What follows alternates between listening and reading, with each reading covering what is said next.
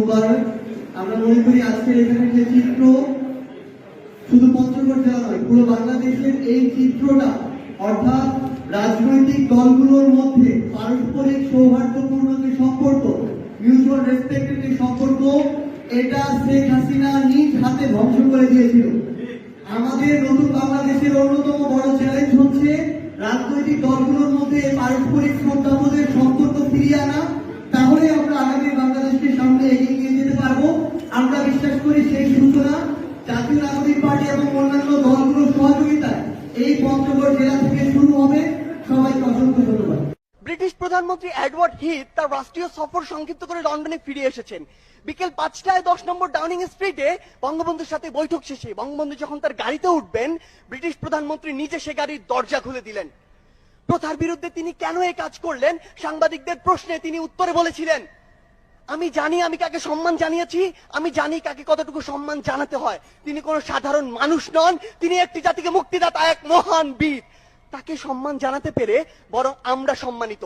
একবার ভাবুন তো, যে ব্রিটিশরা আমাদের 200 বছর শাসন ও শোষণ করেছে, সেই ব্রিটিশ প্রধানমন্ত্রী যখন আমার নেতাকে নিয়ে এই সৌজন্যতা দেখায়, এই কথা বলে, তখন আমার বুকটা কতটা প্রশস্ত হয়। আমার বঙ্গবন্ধু আমাকে শেখায় ন্যায্যতা, ধর্মনিরপেক্ষতা, আপোষহীনতা আর সাহসিকতা। তিনি বলেছিলেন, যদি কেউ ন্যায্য কথা বলে আর সংখ্যায় যদি সে একজন হয়, আমরা তার কথা মেনে নেব।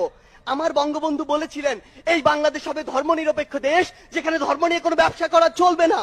আমার বঙ্গবন্ধু মুচলেখা দিয়ে নিজের ছাত্রত্ব ফিরিয়ে নেননি, অন্যায়ের সাথে আপোষ করেননি। আমার বঙ্গবন্ধু দেখিয়েছেন কিভাবে নারীকে সম্মান করতে হয়। তিনি বলেছিলেন, এই স্বাধীন বাংলায় যত বীরঙ্গনা রয়েছে তার বাবার নামের পাশে আমার নাম লিখে দিও আর ঠিকানা দিও ধানমন্ডি 32। আমার বঙ্গবন্ধু আমাকে শেখায় কিভাবে বিচক্ষণ আর দূরদর্শী হতে হয়। 1968 সালে একটি সাক্ষাৎকারে তিনি বলেছিলেন, আওয়ামী লীগ দৃঢ়ভাবে সমাজতন্ত্র বিশ্বাসী। সেই সমাজতন্ত্র যা পৃথিবীর অন্যান্য দেশে রয়েছে তা নয়, বরং সেই সমাজতন্ত্র যে সমাজতন্ত্র এই দেশের মাটি, মানুষ আর আবহাওয়া চায়। আমার বঙ্গবন্ধু হচ্ছে সেই বঙ্গবন্ধু। এমন হাজারো অনুসরণীয় ও অনুকরণীয় না বলা কথা আর গল্পের মধ্য দিয়ে বঙ্গবন্ধু হয়ে উঠেছেন আমার বঙ্গবন্ধু।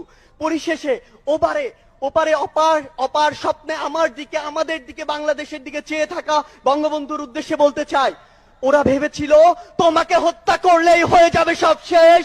ভাবেনি ওরা বঙ্গবন্ধু মানেই বাংলাদেশ। হ্যাঁ, আমার বঙ্গবন্ধু মানে বাংলাদেশ।